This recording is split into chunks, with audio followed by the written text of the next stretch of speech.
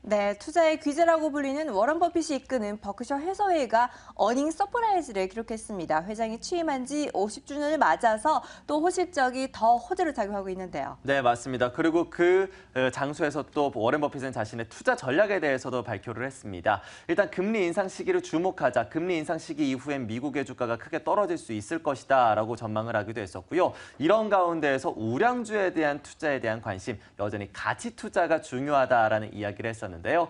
이 같은 워런 버핏의 투자 조언, 우리 증시에는 어떻게 좀 적용을 해볼 수 있을지 이야기 나눠보도록 하겠습니다. MTN의 김종현 연구위원 모시고 이야기 나눠보도록 하죠. 위원님.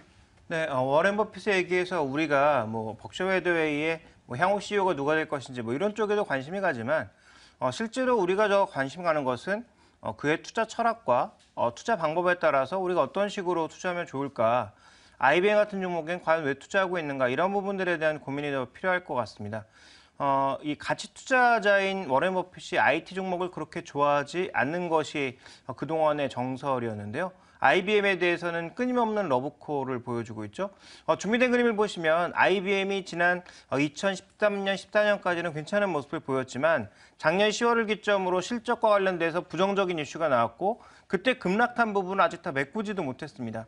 기술적인 흐름만 놓고 봤을 때는 그렇게 매력적인 종목이 아님에도 불구하고 이 종목에 대한 꾸준한 매수를 보여주고 있는 것은 클라우드와 빅데이터와 관련된 산업의 향후 성장 산업에 있어서의 핵심 종목, 그 원천 기술을 갖고 있는 핵심 종목에 계속 투자하고 있다는 점을 우리가 주목해 볼 필요가 있을 것 같고요. 그다음에 이제 이 통화 정책에 대해서 여러 가지 발언들을 내놓고 있는데요. 통화 정책의 여러 가지 분위기를 가장 선반영할 수 있는 대표적인 지표는 국채 수익률입니다. 그래서 워렌 버핏이 통화 정책에 관련된 부정적인 이슈, 즉 금리가 올라갈 경우에는 시장의 탄력이 줄어들거나 조정받을 가능성을 언급한 만큼 국채 수익률이 얼마만큼 민감하게 움직이는지를 살펴봐야 된다는 거죠. 아직까지 그렇게 위험 신호가 드러났다라고 보기는 어렵고요. 특히 물가연동 국채를 잘 살펴봐야 되는데요. 이 물가연동 국채 펀드이기 때문에 이 가격이 반대로 움직이는 거거든요. 추가적인 지지선을 만약에 강력하게 붕괴시킬 경우, 현재 나타나고 있는 지지선을 붕괴하면서 내려갈 경우에는 금리가 급하게 올라가고 있다는 신호가 되니까 결국 이와 같은 국제금리의 급등, 반대로 팁스 가격의 움직임, 이런 것들이 아마 전체적인 투자 전략의 변동성에 있어서는 가장 중요한 핵심 지표가 될 것 같습니다. 그래서 워렌 버핏의 투자 전략에 있어서는 두 가지, 향후 가치주뿐만 아니라 미래 성장 가치가 높아지고 있는 종목에 끊임없는 러브콜이 나타나고 있다. 주가의 단기적인 등락에는 상관없이 투자하고 있다는 점을 주목해 볼 필요가 있는 거고요. 두 번째로는 통화정책의 변동에 의해서 시장의 변동성이 나타날 수 있기 때문에 만약에 통화정책에 무언가 신호, 시그널이 주어지면 그때는 주식 비중을 강력하게 조절해 볼 필요가 있다. 이렇게 정리해 볼 수 있습니다. 네, IBM에 대해서 꾸준히 러브콜을 보내고 있는 워런 버핏. 최근에 가치주에 대해서 꾸준하게 관심을 갖고 있고 통화 정책과 관련해서 시그널을 파악해보자라는 의견까지 내비쳐주셨습니다. 그렇다면 그와 관련해서 국내 산업들에 대해서는 어떻게 투자 전략 제시해보면 좋을까요? 정확하게 이제 클라우드라든지 빅데이터 관련된 종목 우리나라에는 없다라고 봐야 되겠죠. 그 테마주로 꼽고 있는 일부 중소형주에 대해서는 언급하고 싶지 않고요. 이제 그나마 좀 연관 지을 수 있는 것이 대그룹 쪽에 이제 관련된 자회사로 속해 있는 SI 업체들을 봐야 될 것 같은데요. 삼성 SDS, SKCNC, 포스코 ICT 이런 종목군들이 그나마 연관주가 아닌가라고 보고 있고 보안 쪽에서는 안랩 정도를 좀 우리가 꼽아볼 수 있을 것 같은데 실제로 이 종목들이 클라우드 관련주다 이렇게 얘기하기 어렵습니다. 왜냐하면 클라우드의 핵심은 우리나라 시장이 아무리 커져봐야 지금 예상된 대로만 간다고 하더라도 2017년까지 1조 원 정도 수준인데요. 글로벌 시장에서는 2017년, 2018년 정도 되면 20조 이상의 시장을 보고 있거든요. 그러니까 클라우드 시장 쪽에서의 핵심은 뭐냐면 해외 진출이 가능하느냐, 해외 진출에서 시장 장악이 가능할 정도의 기술력을 가지고 있느냐, 이게 핵심이고요. 아직까지 우리나라에 그런 정도의 기술력을 확보하고 있는 기업이 보이지 않고 있기 때문에 이와 관련돼서 우리가 연동지어 볼 만한 투자주는 그렇게 많지 않다라고 보여집니다. 다만 이제 대형주 쪽에서 뭔가 조금 우리가 그나마 가능성을 찾아봐야 될 것 같고요.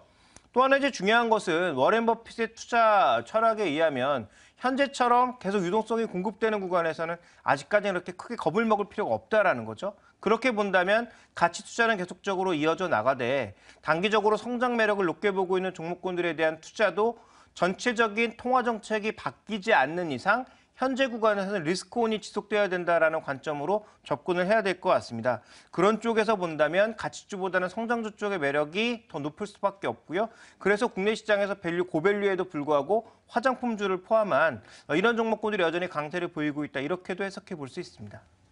자, 우리 시장에서는 가치주보다는 성장주가 더욱더 유망할 수 있다라는 전망을 제시해 주셨는데 그렇다면 건자재 업체들이 성장주에 속할 수 있을지를 좀 살펴보도록 하겠습니다. 앞서서 미국의 건자재 업체인 홈디포와 우리나라의 한샘을 비교한 바가 있었는데 홈디포 같은 경우에는 나흘 연속 하락하다가 지난 장에서는 2%의 반등을 보여주기도 했습니다. 최근 들어서 고점에서 조정받는 분위기들이 다소 이어지고 있고 일단은 반등에도 성공을 하는 모습인데요. 주가 흐름부터 분석을 해주시죠. 네, 일단 미국 시장의 종목군들 살펴보게 되면 전반적으로 이제 기간 조정에 들어갔다고 볼 수가 있습니다. 준비된 그림을 보시면 홈디포의 월봉인데요.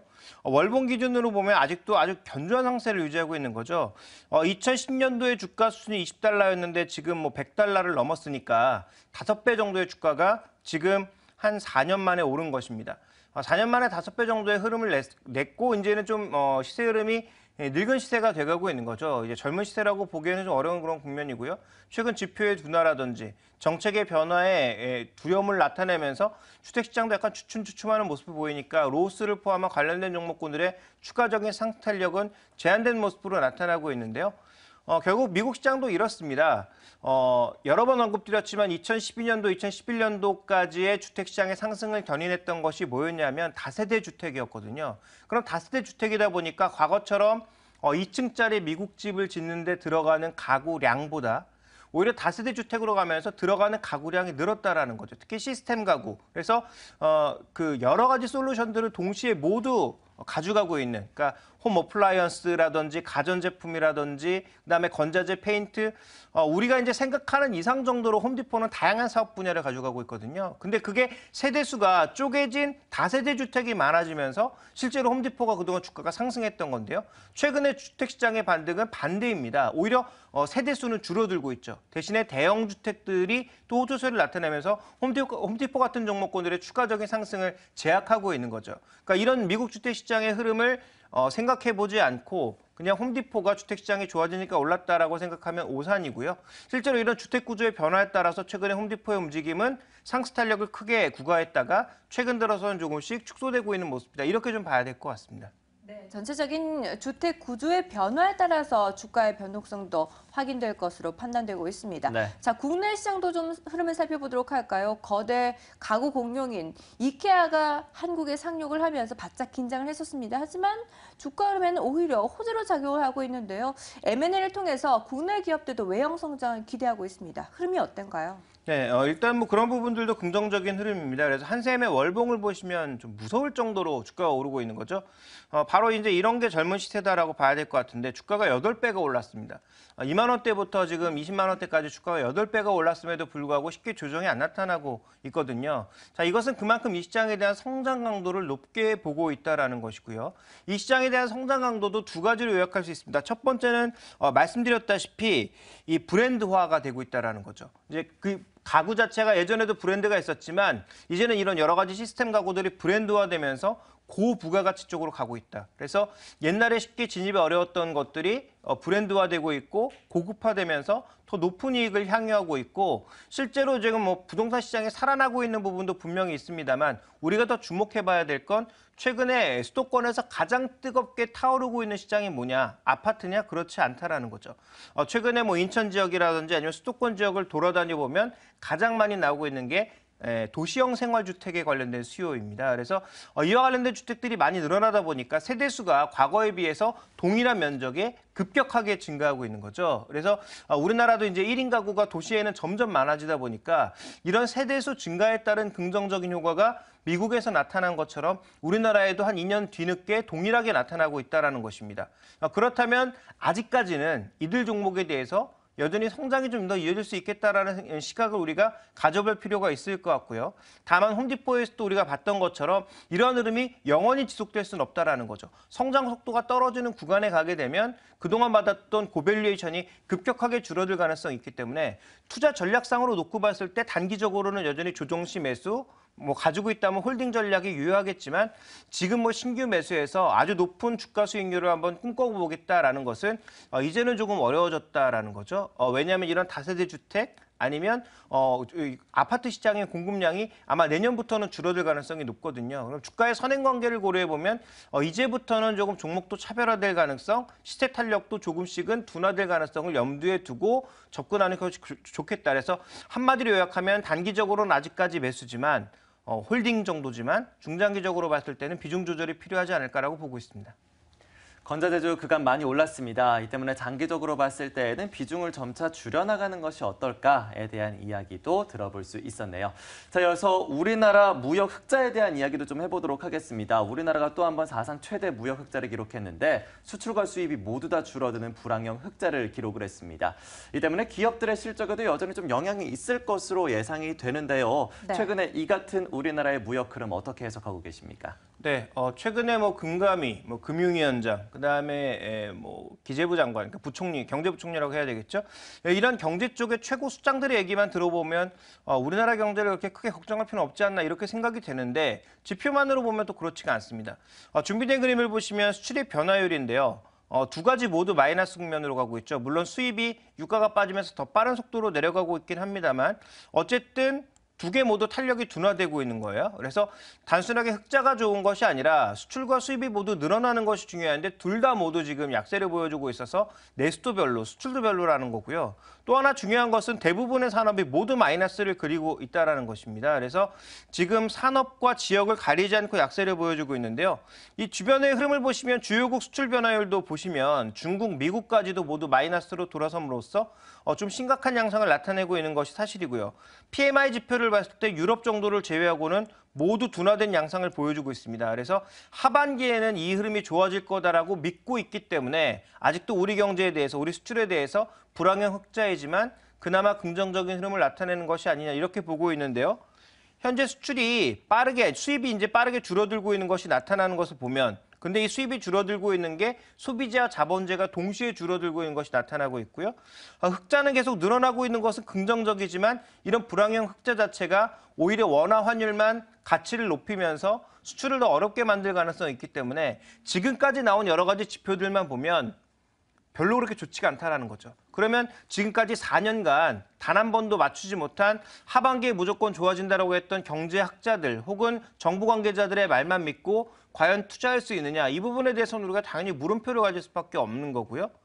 그 가운데서 우리가 그나마 긍정적으로 볼 수 있는 것은 유동성이 공급되면서 그래도 여러 가지 이런 지표 악화에도 불구하고 시장을 버텨주게 하고 고밸류에 대한 투자를 긍정적으로 만들었던 것입니다. 그러니까 핵심은 이거죠. 펀더멘탈 상으로 봤을 때 투자 매력도가 없는 것이 사실입니다. 그런데 우리 시장 내로 외국인 유동성이 들어오면서 시장을 받쳐주고 한 단계 레벨업을 시켰습니다. 그러면 핵심은 앞으로도 유동성이 잘 공급될 것이냐 그리고 하반기에는 지표 부분에서 과연 턴어라운드를 보여줄 수 있을 거냐에 따라서 하반기 투자를 더 늘릴 것인지 줄일 것인지에 대한 결정이 나타날 수 있다는 거죠. 그러니까 지금 나타나는 지표, 아직까지의 성적표는 굉장히 불안한데 하반기에 좋아질 만한 지표가 과연 무엇이 있는지에 대한 확인이 필요하고요.